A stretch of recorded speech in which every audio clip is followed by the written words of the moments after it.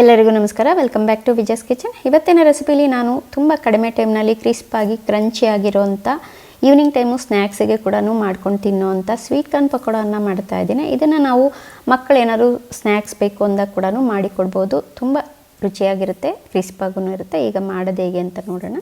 ನಾನಿಲ್ಲಿ ಒಂದು ದೊಡ್ಡ ಕಪ್ಪಷ್ಟು ಸ್ವೀಟ್ ಕಾರ್ನನ್ನು ಇವಾಗ ಒಂದು ಮಿಕ್ಸಿ ಜಾರಿಗೆ ಹಾಕ್ಕೊಳ್ತಾ ಇದ್ದೀನಿ. ಮಿಕ್ಸಿ ಜಾರಿಗೆ ಹಾಕ್ಬಿಟ್ಟು ಇದನ್ನು ನೀರು ಹಾಕದೆ ತರಿಯಾಗಿ ರುಬ್ಕೋಬೇಕು. ಒಂದು ವೇಳೆ ರುಬ್ಬಿದಾಗ ಜೋಳ ಹಾಗೆ ಇತ್ತು ಅಂದರೆ ಒಂದೊಂದು ಪರವಾಗಿಲ್ಲ, ಬಾಯಿಗೆ ಸಿಕ್ಕಿದ್ರೂ ಟೇಸ್ಟ್ ಕೂಡ ತುಂಬ ಚೆನ್ನಾಗಿರುತ್ತೆ. ಈಗ ನೋಡಿ, ಇದು ನಾನು ರುಬ್ಕೊಂಡಾದಮೇಲೆ ಇದನ್ನು ತೆಗೆದು ಒಂದು ಬೌಲಿಗೆ ಹಾಕ್ಕೊಳ್ತಾ ಇದ್ದೀನಿ. ಇವಾಗ ಇದಕ್ಕೇ ನಾನು ಒಂದೆರಡು ಹಸಿಮೆಣ್ಸಿನ್ಕಾಯಿ ಸಣ್ಣಗೆ ಕಟ್ ಮಾಡ್ಕೊಂಡಿರೋವಂಥದ್ದು, ಶುಂಠಿ 1 ಸ್ಪೂನ್ನಷ್ಟು ತುರ್ಕೊಂಡಿರೋದು ಅಥವಾ ಶುಂಠಿ ಪೇಸ್ಟು, ದೊಡ್ಡ ಗಡ್ಡೆಯಷ್ಟು ಈರುಳ್ಳಿನ ತೆಳ್ಳಗೆ ಕಟ್ ಮಾಡ್ಕೊಂಡಿರೋವಂಥದ್ದು, ಮತ್ತು ರುಚಿಗೆ ಸರಿ ಹೋಗೋಷ್ಟು ಉಪ್ಪು, ಜೀರಿಗೆ ಪೌಡರ್ 1 ಸ್ಪೂನು, 1 ಸ್ಪೂನ್ನಷ್ಟು ಚಿಲ್ಲಿ ಪೌಡರು, 1/4 ಕಪ್ಪಷ್ಟು ಕಡಲೆ ಹಿಟ್ಟು, 1/4 ಕಪ್ಪಷ್ಟು ಅಕ್ಕಿ ಹಿಟ್ಟು, ಮತ್ತು ಸಣ್ಣಗೆ ಕಟ್ ಮಾಡ್ಕೊಂಡಿರೋಂಥ ಕೊತ್ತಂಬರಿ, ಸ್ವಲ್ಪ ಕರಿಬೇವು, ಇಷ್ಟು ಹಾಕಿ ಒಂದ್ಸರಿ ಎಲ್ಲನೂ ಚೆನ್ನಾಗಿ ಮಿಕ್ಸ್ ಮಾಡ್ಕೊಳ್ಳೋಣ.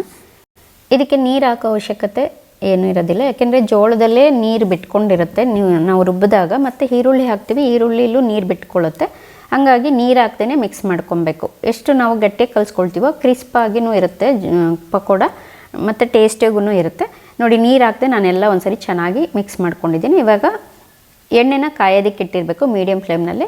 ಎಣ್ಣೆ ಕಾದ್ಮೇಲೆ ಇವಾಗ ಇದನ್ನು ನಾವು ನಿಮಗೆ ಯಾವ ಸೈಜಿಗೆ ಬೇಕೋ ಆ ಸೈಜ್ಗೆ ತೊಗೊಂಡು ಹಾಕ್ಕೊಳ್ಬೋದು. ಸಣ್ಣಗೆ ಬೇಕಂದರೆ ಸಣ್ಣಗೂ ಹಾಕ್ಬೋದು, ಇನ್ನೂ ಸ್ವಲ್ಪ ದಪ್ಪ ಬೇಕಂದರೆ ಹಾಕ್ಬೋದು. ಅಂದರೆ ಸಣ್ಣಗೆ ಹಾಕಿದ್ರೆ ಚೆನ್ನಾಗಿ ಬೇಯುತ್ತೆ, ಒಳಗಡೆ ಎಲ್ಲ ಕ್ರಿಸ್ಪಾಗೂ ಇರುತ್ತೆ. ನೋಡಿ, ಇದು ಸಣ್ಣಗೆ ನಾನು ಹಾಕ್ಕೊಂಡು ಮೀಡಿಯಮ್ ಫ್ಲೇಮ್ನಲ್ಲೇ ಇಟ್ಕೊಂಡು ಹಾಕಿದ ತಕ್ಷಣ ಕಲಿಸ್ಕೊಳ್ದೆ 1-2 ನಿಮಿಷ ಹಾಗೆ ಬಿಟ್ಬಿಡಬೇಕು. ಬಿಟ್ಬಿಟ್ರೆ ಇವಾಗ ನಮಗೆ ಸ್ವಲ್ಪ ಕ್ರಿಸ್ಪ್ ಆಗುತ್ತೆ, ಕೆಳಗಡೆ ಎಲ್ಲನೂ ಸ್ವಲ್ಪ ಅದು ಫ್ರೈ ಆದಮೇಲೆ ಮತ್ತು ನಾವು ಇದನ್ನು ನಿಧಾನಕ್ಕೆ ತಿರುಗಿಸ್ಕೊಳ್ಬೇಕಾಗತ್ತೆ. ತಕ್ಷಣ ತಿರುಗಿಸ್ಕೊಳಕ್ಕೆ ಹೋದರೆ ಪುಡಿ ಆದಂಗೆ ಆಗಿಬಿಡುತ್ತೆ. ಸೊ ನೋಡಿ, 1-2 ನಿಮಿಷ ಫ್ರೈ ಆದಮೇಲೆ ಇವಾಗ ನಿಧಾನಕ್ಕೆ ಈ ಥರ ಒಂದೊಂದೇ ತಿರುಗಿಸ್ಕೊಳ್ತಾ ಮೀಡಿಯಮ್ ಫ್ಲೇಮ್ನಲ್ಲಿ ಇಟ್ಕೊಂಡು ಫ್ರೈ ಮಾಡ್ಕೋಬೇಕು. ನಾವು ಮೀಡಿಯಮ್ ಫ್ಲೇಮ್ನಲ್ಲಿ ಇಟ್ಕೊಂಡು ಫ್ರೈ ಮಾಡಿದ್ರೆ ಒಳಗಡೆ ಎಲ್ಲೂ ಚೆನ್ನಾಗಿ ಬೇಯುತ್ತೆ, ಕ್ರಿಸ್ಪಾಗಿ ಕೂಡ ಬರುತ್ತೆ. ಈವ್ನಿಂಗ್ ಟೈಮು ಮಕ್ಕಳಿಗೆ ಸ್ನ್ಯಾಕ್ಸ್ಗೆ ಆಗಲಿ, ದೊಡ್ಡವ್ರಿಗೆ ಸ್ನ್ಯಾಕ್ಸ್ಗೆ ಆಗಲಿ ಈ ಥರ ಮಾಡ್ಕೋಬೋದು. ಅಥವಾ ಊಟದ ಟೈಮ್ಗೆ ಕೂಡ ನಾವು ಸೈಡ್ ಡಿಶ್ಗೆ ಈ ಥರ ಮಾಡ್ಕೋಬೋದು. ತುಂಬ ಟೇಸ್ಟಿಯಾಗಿ ತುಂಬ ಚೆನ್ನಾಗಿರುತ್ತೆ, ಬೇಗನೂ ಆಗುತ್ತೆ, ತುಂಬ ಈಸಿಯಾಗೂ ಮಾಡ್ಕೋಬೋದು. ನೋಡಿ, ಇದೆಲ್ಲ ಒಂದು 3-4 ನಿಮಿಷ ಇದೇ ಥರನೇ ಮೀಡಿಯಮಲ್ಲೇ ಇಟ್ಕೊಂಡು ಫ್ರೈ ಮಾಡ್ಕೋಬೇಕು. ಇವಾಗ ಇದೆಲ್ಲ ನೋಡಿ ನಾನು ತಿರುಗಿಸ್ಕೊಳ್ತಾ ಫ್ರೈ ಮಾಡ್ಕೊಂಡಿದ್ದೀನಿ. ಈಗ ನಾನು ಇದನ್ನು ತೆಕ್ಕೊಳ್ತಾ ಇದ್ದೀನಿ.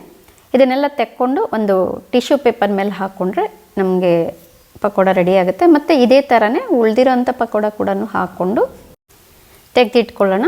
ತುಂಬ ಈಸಿಯಾಗುತ್ತೆ. ಮತ್ತು ನಾವು ಊಟದ ಜೊತೆಗೆ ಸೈಡ್ ಡಿಶ್ಗೆ ಕೂಡ ಮಾಡ್ಕೊಬೋದು. ಅಥವಾ ಸಾಯಂಕಾಲ ಟೈಮು, ಚಳಿ ಟೈಮಲ್ಲಿ ಚಳಿ ಇರೋದ್ರಿಂದ ಈ ರೀತಿ ಕ್ರಿಸ್ಪಾಗಿ ಟೇಸ್ಟಿಯಾಗಿರುವಂಥ ಪಕೋಡನ ಈಸಿಯಾಗಿ ಮನೆಯಲ್ಲೇ ಮಾಡ್ಕೋಬೋದು. ನೋಡಿ, ಇದು ಪಕೋಡ ಎಲ್ಲ ಫ್ರೈ ಮಾಡ್ಕೊಂಡ್ಮೇಲೆ ಇದಕ್ಕೆ 1-2 ಕಡ್ಡಿಯಷ್ಟು ಕರಿಬೇವು ಮತ್ತು 1-4 ಹಸಿಮೆಣ್ಸಿನ್ಕಾಯಿನ ಕೂಡ ಹಾಕ್ಕೊಂಡು ಫ್ರೈ ಮಾಡಿಬಿಟ್ಟು ಇದನ್ನು ತೆಗೆದು ಪಕೋಡ ಮೇಲೆ ಹಾಕ್ಕೊಳ್ತಾ ಇದ್ದೀನಿ. ನೋಡಿದ್ರಲ್ಲ, ಒಂದ್ಸರಿ ಟ್ರೈ ಮಾಡಿ. ಸ್ವೀಟ್ ಕಾರ್ನ್ ಪಕೋಡ ತುಂಬ ರುಚಿಯಾಗಿರುತ್ತೆ, ಕ್ರಿಸ್ಪಾಗೂ ಇರುತ್ತೆ. ಈ ಒಂದು ಟೇಸ್ಟಿಯಾಗಿ ಸಿಂಪಲ್ಲಾಗಿರೋವಂಥ ಸ್ವೀಟ್ ಕಾರ್ನ್ ಪಕೋಡ ನಿಮ್ಮೆಲ್ಲರಿಗೂ ಇಷ್ಟ ಆಗಿದ್ರೆ ಒಂದು ಲೈಕ್ ಮಾಡಿ, ಶೇರ್ ಮಾಡಿ, ಕಮೆಂಟ್ ಮಾಡಿ. Thank you for watching.